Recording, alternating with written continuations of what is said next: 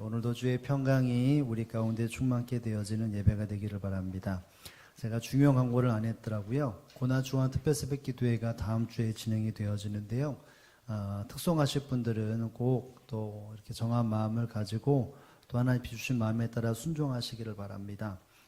다락방이라든지 기관이라든지 가정이라든지 혹은 또 함께 하고 싶은 분들과 또 연합을 해서 혹은 독창이라든지 우리 고난주간 특별 새벽 기도 기간에 주님 앞에 또 기쁨과 즐거움과 영광을 돌리기 위하여 마음에 다짐하시고 꼭 특송해 주시기를 부탁을 드리겠습니다. 오늘 본문을 통해서 이와 같은 제목으로 잠시 은혜 나누기를 원합니다. 우리 함께 제목을 한번 읽어볼까요? 시작. 악한 이웃. 악한 이웃. 일부 예배 때 읽어보라니까 누가 약한 이웃이라고 말하더라고요. 우리 주변에 약한 이웃도 있지만 우리 주변은 악한 이웃도 참 많은 것이 우리의 삶인 것 같습니다. 혹시 여러분들의 중고등부 때 이런 게임을 하신 적이 있는지 모르겠습니다.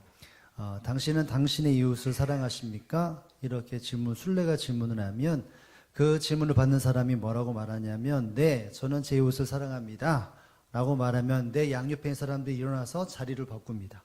그 자리를 바꾸기 딱 일어나면 술래가 그 자리를 앉고 일어나는 사람이 술래가 되어지죠. 근데 만약에 당신은 당신의 이웃 사랑합니까? 라고 말할 때 아니요 라고 말하면 다시 질문합니다. 그러면 어떤 이웃을 사랑하십니까? 라고 말하면 안경 쓴 이웃을 사랑합니다. 그럼 안경 쓴 사람이 다 일어나서 자리를 삥삥 돌며 자리를 앉게 되어집니다. 여러분 이것을 한번 생각해 본다면 물론 게임이지만 우리 주변에는 내가 사랑하는 이웃도 있지만 그렇지 않은 이웃도 있다라고 말할 수 있을 것입니다. 내게 도움이 되고 함께하면 기분 좋은 사람도 있지만 악한 이웃, 기분 싫어하고 기분 나쁜 이웃들이 분명히 있다는 것을 우리는 알게 됩니다. 오늘 본문에도 보면 하나님은 하나님의 사람이 이스라엘 백성들에게 악한 이웃이 있다는 것을 예레미야 선지자를 통해서 다시 한번 일깨워 주게 되어집니다. 우리 한번 14절 상반절의 말씀을 다 함께 한번 읽어봅니다. 시작. 내가 내 백성 이스라엘에게 기업으로 준 소유의 손을 대는 나의 모든 악한 이웃에 대하여 여호와께서 이와 같이 말씀하시니라. 아멘. 예레미야 선지자를 통해서 말씀을 하시는데 여러분 예레미야 선지자가 말합니다. 내가 내 백성 이스라엘에게 기업으로 준 소유에 손을 대는 나의 모든 악한 이웃에 대하여 라고 말을 합니다. 하나님이 하나님의 백성들에게 기업으로 주신 그 땅에서 이스라엘 백성들을 괴롭게 하고 그것을 빼앗으려고 하는 악한 이웃이 있다는 것을 이야기를 말하고 있습니다. 여러분 지금 예레미야 선지자는 남유다를 멸망을 앞두고 있는 시점에서 하나님의 마음을 전하는 선지자로서 활동을 했습니다. 그러니까 북이스라엘이 멸망을 하고 남유다가 이제 멸망하는 그 사이에서 활동했던 사람이 엘리야인 것이죠. 예레미야인데 이 예레미야는 이 앞부분에 수없이 반복적으로 하는 말은 이스라엘 백성들이 남유다 백성들이 멸망을 받는다, 포로로 끌려간다라는 이야기를 수없이 이야기를 말합니다. 어느 한 나라를 통해서 분명히 이와 같은 일들이 일어난다는 것이죠. 이스라엘 백성들을 힘들게 하고 핍박하는 악한 이웃으로 말미암아 이스라엘 백성들은 멸망을 받고 심판을 받게 된다는 것이 바로 예레미야의 선포였습니다. 그런데 그것으로 끝나는 것이 아니라 그 악을 행하였던 이웃, 이스라엘 백성들을 힘들게 하고 괴롭게 하고 포로로 끌어가게 했던 그와 같은 민족이 이제 나타날 것인데 그 악한 이웃이 결국은 어떻게 될 것이라는 것을 이야기를 하고 있는 것입니다. 이 악한 이웃 때문에 이스라엘 백성들이 눈물을 흘리고 괴로움에 빠지고 고난 가운데 삶을 살아가는데 하나님은 그들이 어떤 순간에는 하나님의 도구로서 심판의 도구로서 사용하실 때도 있었지만 결국은 하나님은 그 이방 나라들 악한 나라를 반드시 하나님의 뜻대로 행하시는 일들이 분명히 있다는 것을 오늘 분명히 우리에게 말해주고 있습니다. 하나님은 이방인들을 위하는 하나님이 아니라 하나님의 백성을 위하시는 하나님이라는 사실들을 가장 염두하면서 이렇게 말씀을 하고 있는 것입니다. 사랑하는 성도 여러분, 이 이스라엘 백성 가운데 악한 이웃이 있었고 그 악한 이웃에 대한 하나님의 마음을 우리가 한번 살펴보면서 우리도 우리 주변에 있는 하나님이 내게 붙여주시는 그 악한 이웃들을 내가 마음속에 새기며 내가 어떻게 대할 것인지, 그리고 주님의 마음이 무엇인지를 살펴보면서 하나님 앞에 더 한 걸음 나아가는 복된 시간과 또 말씀의 시간이 될 수 있기를 주님의 이름으로 축복합니다. 오늘 본문에 우리가 첫 번째로 생각해 볼 것이 있다면 하나님은 악한 이웃을 이렇게 하신다라고 말합니다. 함께 읽어보겠습니다. 시작. 뽑아 버리심. 이스라엘 백성들 가운데, 하나님의 택한 백성들 가운데 악한 이웃을 뽑아서 제거해 주신다는 것이죠. 우리 한번 14절 하반절 말씀을 다 함께 한번 읽어봅니다. 시작. 보라, 내가 그들을 그 땅에서 뽑아버리겠고 유다 집을 그 가운데서 뽑아내리라. 아멘. 여러분, 그 땅에서 뽑아버리겠다라고 말을 합니다. 악한 이웃이 하나님의 택한 백성들의 기업 가운데 함께하면서 그 땅을 휘젓고 하나님의 백성들의 마음을 아프게 했는데, 이제 때가 되면 하나님께서 그 땅에 있는 그 악한 이웃을 뽑아버리겠다, 멸하시겠다, 근절하겠다, 잡아 뽑겠다라고 말씀을 하시는 것이죠. 이들 때문에 이스라엘 백성들이 고난을 겪고 눈물을 흘리고 마음에 큰 근심과 걱정으로 나날을 살았을 텐데, 이제 때가 되면 하나님께서는 그 악한 이웃을, 이스라엘 백성들을 눈물 흘리게 하고 괴롭게 하고 신음하게 하는 그 이웃을 반드시 하나님이 뽑아 버리시겠다라고 말씀을 하십니다. 그리고 뒤에 보면 또다시 뽑아내리라라고 하는 뽑다라는 말이 나오는데, 이것은 그들 가운데 이스라엘 백성들을 뽑아내어서 하나님 백성들을 보호하시겠다는 것입니다. 여러분, 결국 하나님께서 예레미야를 통해 말씀하시는 것, 내가 그들을 뽑겠다라고 하는 것은 하나님 백성 안에서의 악한 이웃을 제거하심으로 하나님의 은혜와 하나님의 보호하심을 경험케 해주시겠다라고 하는 말씀인 것입니다.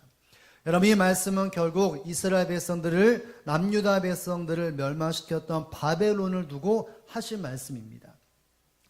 주전 586년에 바벨론으로 인해서 남유다가 멸망을 당합니다. 그리고 수많은 하나님의 유다의 백성들이 포로로 끌려가는 시사가 되어지고 포로 신세로서의 타향살이의 삶을 하게 되어집니다. 그런데 하나님은 그와 같은 바벨론을 어떻게 하시겠다고요?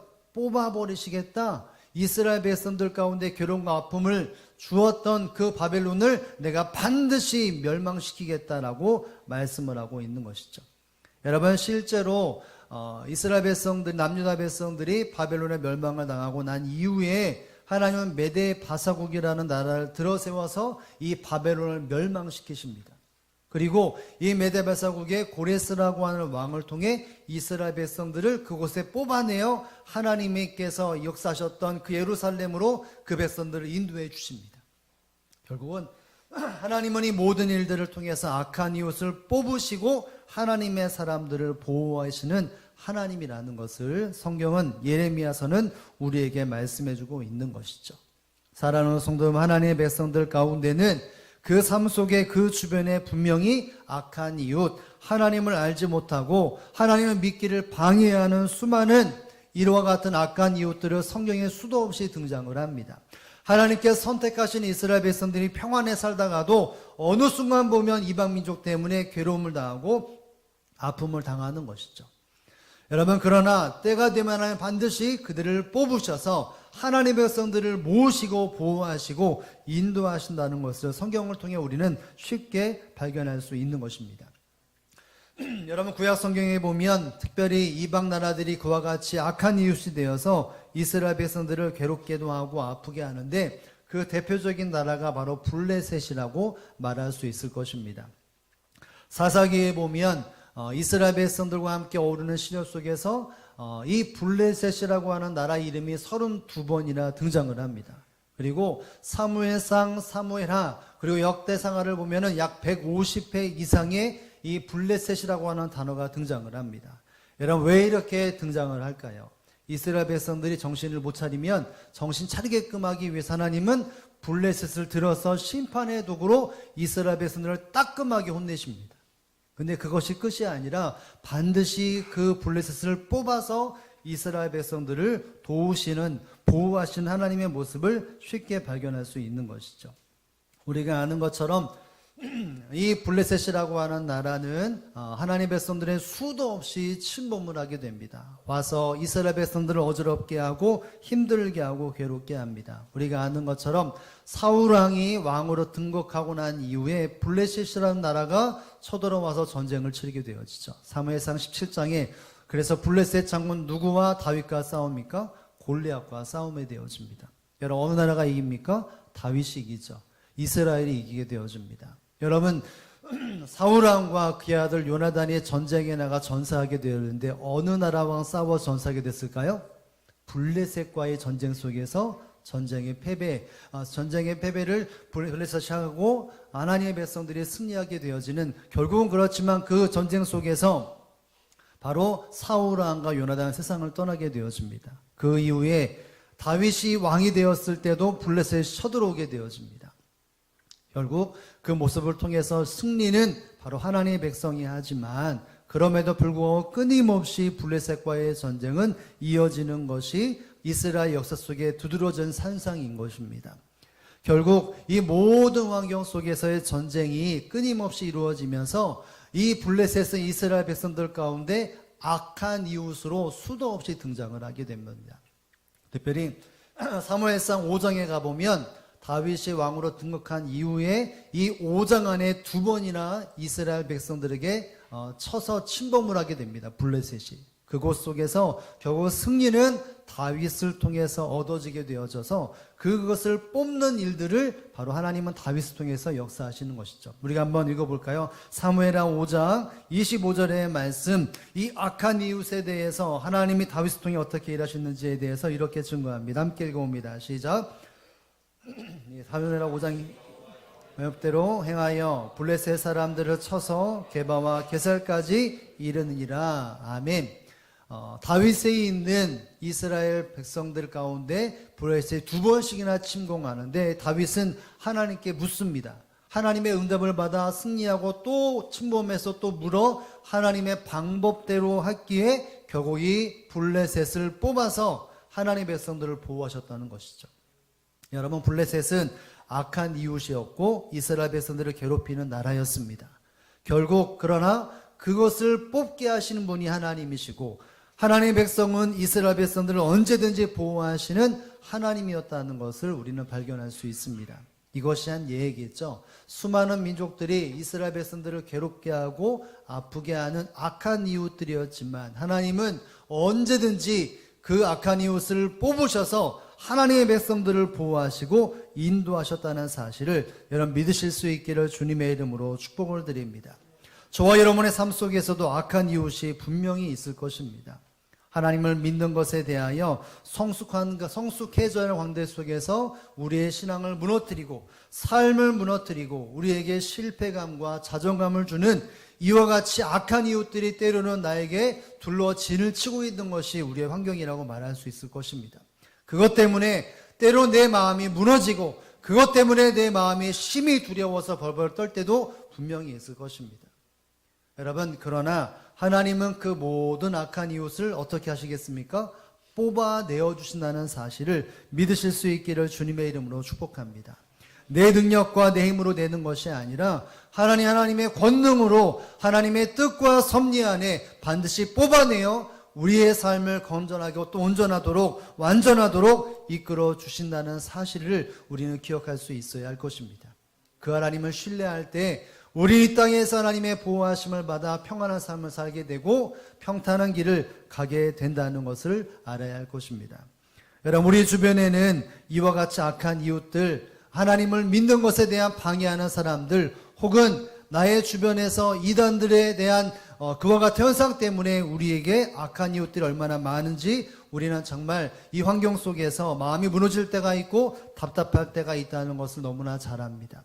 예수를 믿는 것이 사람들에게 인정받기보다도 핍박의 대상이 되는 것들이 우리 주변에 많이 있지 않습니까? 가정 안에 혹은 친구들 관계 속에서 혹은 친척들 관계 속에서 혹은 회사 생활에서 내가 예수님을 믿고 살아가는 삶 속에 나에게 악한 이웃이 등장해서 믿음대로 살지 못하게 하는 이웃들이 얼마나 많이 있습니까? 여러분, 그 사람들 하나님은 반드시 뽑아내오신다는 사실을 알아야 합니다. 특별히 오늘날 우리 시대를 살펴본다면 정말 이단들이 얼마나 많이 악한 이웃으로 우리를 힘들게 하고 어렵게 하겠습니까? 제가 지난 목요일날 총회에서 하는 이단 세미나를 갔다 와게 되었습니다. 거기에는 이단 전문가들 몇 분이 이렇게 세미나 강사로 하셨는데 신천지 그리고 JMS 이러저러한 이단들에 대해서 지금 이 한국 땅의 성도들을 어떻게 핍박하고 어떻게 이렇게 쪼여오고 있는지에 대하여 이야기를 쭉 나눴습니다. 우리 아는 것처럼 나는 신이다라고 하는 어떤 다큐멘터리를 통해서 사람들에게 기독교와 함께 싸잡아서 야, 이상한 것 아니냐, 기독교는 없어야 한다, 이런 이야기가 들리긴 하지만 발빠르게 총회에서는 성명서를 보면서 그것과는 다르다라는 말과 함께 하나님께서 몸된 교회와 성도들의 마음속에 있는, 주변에 있는 그와 같은 악한 이웃을 뽑게 하신 일들이 아마 이루어졌다라고 말할 수 있을 것입니다. 여러분, 우리 주변에 얼마나 이단들이 우리의 마음을, 우리의 신앙을 흔드는 경우가 많이 있지 않습니까? 여러분, 그럼에도 불구하고 그러한 일들 가운데 하나님은 하나님의 백성들에게 은혜를 주셔서 그 이단들을 뽑아내시고 우리의 신앙이 힘들어하는 세상 사람들을 반드시 우리에게 제거시켜 주셔서 우리가 더욱더 온전케 주님을 믿고 따르게 하게 하신다는 사실을 여러분 믿으실 수 있기를 주님의 이름으로 축복을 드립니다. 하나님은 우리를 내버려 두시는 분이 아니라 반드시 건져 주셔서 악한 백성들로 통해서 우리에게 하나님의 사랑을 경험케 하심으로 우리를 보호하신다는 것을 기억하며 그 하나님을 날마다 경험하는 저와 여러분의 삶이 되시기를 주님의 이름으로 축복을 드립니다. 여러분, 본문의 두 번째로 악한 이웃에 대하여 하나님은 또 이와 같이 행하십니다. 우리 함께 두 번째 대지를 다 함께 읽습니다. 시작. 다시 이웃이 되게 하심. 한 백성이 되게 하신다고 하시는데, 여러분, 첫 번째 대지는 분명히 뽑아내셨음에도 불구하고 두 번째는 다시 그 이웃이 되게 하신다라고 말을 합니다. 우리 한번 15절 말씀 함께 읽겠습니다. 15절입니다. 시작. 내가 그들을 뽑아낸 후에 내가 돌이켜 그들을 불쌍히 여겨서 각 사람을 그들의 기업으로 각 사람을 그 땅으로 다시 인도하리니. 아멘. 여러분, 14절에서는 분명히 그를 뽑아서 버리겠다라고 말씀을 하셨고 그것이 성취되어진 것을 우리가 알게 되어지는데, 하나님은 그것을 끝내는 것이 아니라 다시 그들이 있던 성읍, 그들이 있던 그곳으로, 그 땅으로 다시 인도해 주시겠다라고 말을 하고 있습니다. 여러분, 왜 하나님께서 그 악한 이웃을 다시 원자리로 인도하시겠습니까? 이스라엘 백성들을 힘들게 하기 위해, 가시가 되어서 그 정신 차리게 하기 위해? 여러분, 그것이 아니죠. 하나님이 그렇게 하시는 동기가 무엇입니까? 중간에 보면 이렇게 말합니다. 그 마음이 그들을 불쌍히 여겨. 어떻게 여기시기 때문에요? 불쌍히 여기시기 때문에. 그들을 긍휼히 여기시고 불쌍히 여기는 마음으로 그들을 다시 그 자리로 인도해 주신다는 것이죠. 이스라엘 백성 가운데, 하나님의 택한 백성 가운데 다시 이웃으로 삼으시겠다라고 말씀하고 있습니다. 여러분, 불쌍히 여겨서 그들의 눈물을 흘리고 괴로워하는 것을 보며 불쌍히 여기는 마음으로 그냥 단순히 그 자리를 원위시키시는 것이 아니라 하나님의 긍휼히 여기심을 통해서 무엇인가 이루기 위하여 그들을 다시 그곳으로, 하나님의 사람 곁으로 불러주신다는 것입니다. 그것이 무엇이겠습니까? 우리 한번 16절 말씀 다 함께 읽습니다. 16절입니다. 시작. 그들이 내 백성의 도를 부지런히 배우며 살아있는 여호와라는 내 이름으로 맹세하기를, 자기들이 내 백성을 가리켜 바알로 맹세한 것 같이 하면 그들이 내 백성이 되는데 세움을 입으려니와. 아멘. 그들이 하나님 백성의 이웃이 됨으로 인해서 하나님은 무엇을 배우게 하십니까? 내 백성의 도를 부지런히 배우게 하신다라고 말을 합니다. 하나님은 그 백성들을, 이스라엘 백성들에게 붙여주신 이유가 있다면 이전과 다른 환경과 이전과 다른 하나님의 섭리가 담겨 있다는 것이죠. 무엇을 배우기 위하여? 하나님 백성의 도를 배우게 하게끔 하기 위하여 그 자리로 다시 불러 모으신다는 것입니다. 여러분, 경우 하나님의 도를 배워서 그들이 어떤 변화가 일으켰습니까? 하나님을 알지 못하고 우상 숭배했던 그 열정과 열심으로 이제 하나님을 섬기며 하나님을 예배하는 백성이 되어져 마지막에 나와 있는 것처럼 그들이 내 백성 가운데 세우며 세움을 입으려 함이다 라고 말하고 있습니다. 그들을 왜 부르셨냐면 바로 하나님의 백성들과 한 백성이 되게 하기 위하여 다시 그 자리로 부르셨다는 것을 말씀하고 있습니다. 물론 이것에 합당하지 못한 사람들은 17절에 보면 그것이 완전한 멸망에 이르게 되어지지만 결국은 다시 한번 기회를 주셔서 그들이 하나님의 백성으로 한 백성이 되게 하기 위하여 하나님은 그들을 하나님의 백성 옆에 붙여주셨다는 것을 이야기를 말하고 있습니다. 사랑하는 성도들, 하나님이 왜 악한 이웃을 내몰았다가 왜 다시 불러 모읍니까? 그들을 구원하시려고, 그들을 불쌍히 여기사 그들을 하나님의 백성으로 한 백성이 되게 하기 위하여 그들을 이끌어 주신다는 사실을 여러분 성경을 통해 깊이 깨달으실 수 있기를 주님의 이름으로 축복을 드립니다. 여러분, 하나님은 이 땅의 사람들을 향하여서 분명한 목적을 가지고 계십니다. 하나님을 모르고 저주하는 사람들을 단순히 저주하고 심판하는 것이 목적이 아니라 그들도 주님의 사랑의 빛이 되어져 주의 은혜의 빛에 비침이 되어져 하나님의 백성으로 한 백성이 되게 하기 위한 궁극적인 목표가 있으시다는 사실을 우리에게 말씀해 주고 있는 것입니다. 하나님의 구원의 대상, 하나님의 은총의 대상이 이스라엘 백성들에게만 있는 것이 아니라 모든 사람들에게, 하나님을 모르고 하나님을 저주하는 사람에게까지라도, 하나님의 백성들이 되게 사람에게까지라도 구원의 빛을 비추기 위하여 하나님은 지금도 일하시고 성경에도 역사하셨으며 지금 이 순간에도 미래도 역사하시는 하나님이라는 사실을 믿으실 수 있기를 주님의 이름으로 축복을 드립니다. 하나님이 아브라함을 선택하셨을 때 분명히 아브라함은 우상 숭배를 했고 하나님을 등졌던 죄악된 사람이었습니다. 그러나 그에게 다가가서 그를 하나님께서 택하여 주사 하나님의 복으로 그를 삼아 주셨습니다. 그의 후손들에 대한 약속도 주셨죠. 그 약속 거기서만 끝나는 것이 아니라 여기까지 이르게 하셨는데요. 우리 한번 창세기 12장 3절 하반절의 말씀 다 함께 한번 읽습니다. 시작. 땅에 아멘.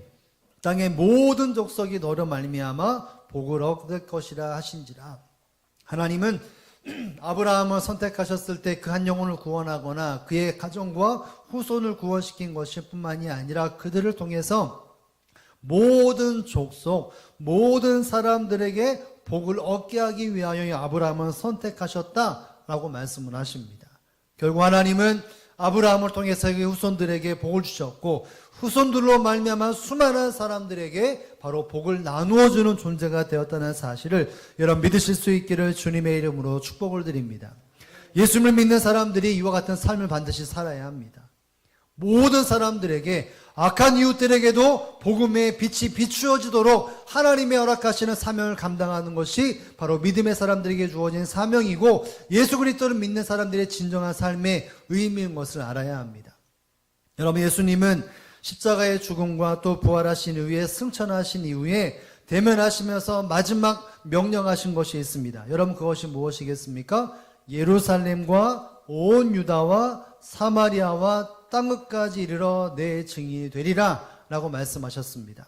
부활하신 이후에 승천을 앞두고 수많은 사람들에게 명령하신 것은 너희가 내 증인이 되는데 예루살렘과 온 유다에게만 그곳에 가서 내 증인이 되라 말씀하신 것이 아니라 이방이라고 말할 수 있는 사마리아와 온 유대와 사마리아와 끝까지 이르러 복음의 증인이 되라라고 명령하셨습니다.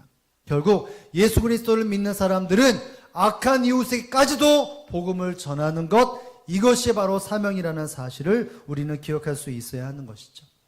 이 명령을 받는 이 초대교회 사람들에게 바로 악한 이웃이 등장을 했고 하나님 그 악한 이웃을 통해서 복음의 통로가 열리는 일들을 행하셨다는 것을 우리는 쉽게 발견할 수 있습니다. 사도행전 9장에 가보면 악한 이웃이 등장하는데 그 악한 이웃이 누구일까요? 우리 한번 보겠습니다. 사도행전 9장 4절입니다. 하나님의 택한 백성 그리스도를 믿는 사람에게 악한 이웃이 있다라고 말을 합니다. 그 사람이 이 사람인데 함께 읽어볼게요. 시작. 땅에 엎드려져서 부르매 소리가 있어 이르시되 사울아 내가 어찌하여 나를 박해하느냐 하시거늘.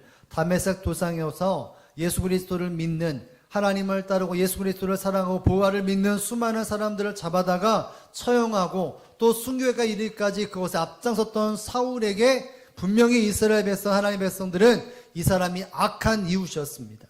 해를 입히고 순교에까지, 죽음의 자리까지 내모는 바로 이 사울은 악한 이웃이었습니다. 여러분, 그런 하나님은, 예수님은 그를, 하나님의 도를 깨닫게 하시고, 그래서 결국 그 사람을 하나님의 한 백성으로 되게 하셨다는 것을 우리가 성경을 통해 알지 않습니까? 결국 이와 같은 일들이 이 사울에게 임했을 뿐만이 아니라 사도 바울을 통해서 또 다른 하나님의 역사가 이루어졌다는 것을 성경은 우리에게 말해주고 있습니다. 우리 갈라디아서 2장 8절의 말씀을 다 함께 한번 읽어보겠습니다. 시작. 베드로에게 역사하사 그를 할례자의 사도로 삼으시니가 또한 내게 역사하사 나를 이방인의 사도로 삼으셨느니라. 아멘. 여러분, 사도 바울은 갈라디아 교인들에게 말합니다. 베드로를 통해서 이스라엘 백성들의 사도로 그들에게 복음을 전하는 자로 베드로를 삼았지만 나는 나에게 역사, 그 똑같은 하나님의 역사, 예수 그리스도의 역사, 성령의 역사로 내게 역사하사 나를 이방인의 사도로 삼으셨다라고 말을 합니다. 여러분, 사도 바울이 하나님의 한 백성이 되었고 이제는 사도 바울을 억누르고 하나님의 사랑과 예수 그리스도를 핍박는 악한 이웃들이 있는데 그 악한 이웃들을 위하여 하나님은 나를 사도로 부르셨다라고 말을 합니다. 결국 사도 바울은 악한 이웃들을 선한 이웃 함께하는 백성들로 만들기 위해 그는 삶을, 여생을 살았던 인물이라고 말할 수 있는 것이죠.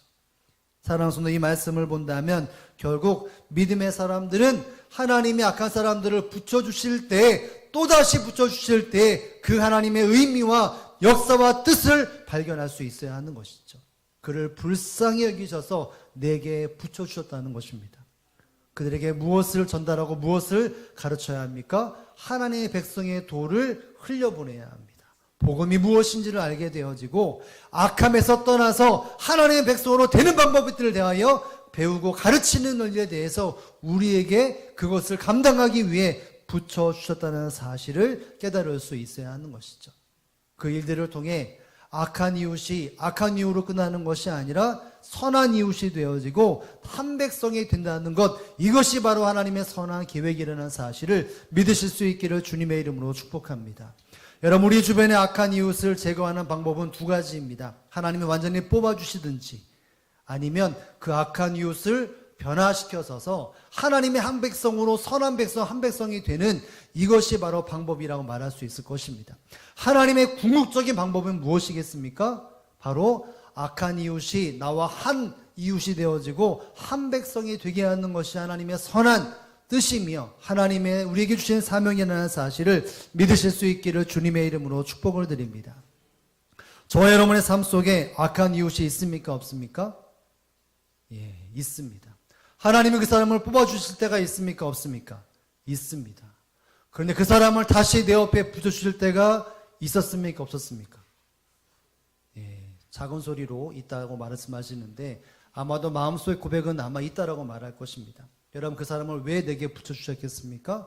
내게 힘들라고, 내가 정말 고난 가운데 삶을 살라고, 내가 정말 힘들가며 근심 가운데 살게 하려고, 그것이 아니라 하나님의 안타까운 마음을 가지고 저 영혼을, 한 영혼을 살리기 위하여 내게 붙여주셨다는 사실을 알아야 합니다. 그러면 정말 때로는 너무나 힘들고 보기도 싫지만, 그러나 주님께서 나를 긍휼히 여기사 나를 구원하신 것처럼 그 영혼도 긍휼히 여기시는 하나님 마음이 있다는 사실들을 기억하여, 분명히 저 사람의 말 한마디가 나를 아프게 하고 저 사람의 행동 하나가 나의 마음에 큰 쓴뿌리를 남길 수 있지만, 그러나 하나님이 붙여주신 이유를 묻고 하나님께서 깨닫게 하셨고 하나님의 사명을 주셨다면 그 사람을 나의 악한 이웃으로 만드는 것이 아니라 하나님의 한 백성으로 만들어 하나님이 원하시고 하나님이 바라시는 그와 같은 하나님의 선한 역사를 끊임없이 이루어드리는 저와 여러분의 삶이 되실 수 있기를 주님의 이름으로 축복합니다. 이 한 주간 살아갈 때 분명히 악한 이웃은 때마다 시마다 우리에게 등장을 할 것입니다. 그때마다 그 영혼을 나를 위하고 보호하실 하나님이 뽑아주신다라고 하는 그 믿음을 가지고 하나님을 전적으로 의지하며 그 악한 이웃을 두려워하지 않고 하나님을 더욱더 신뢰하는 한 주간이 되기를 바라고, 그럼에도 불구하고 다시 붙여주셨을 때는 하나님의 긍휼한 마음, 사랑의 마음이 우리 안에 능력이 되어져 그 사람을 품어 하나님의 한 백성이 되어져가는 그와 같은 일들 가운데 사명 가운데 쓰임받는 저와 여러분의 삶이 또 저와 여러분의 모든 자녀들이 그리고 우리 대형교회가 될 수 있기를 주님의 이름으로 축복을 드립니다.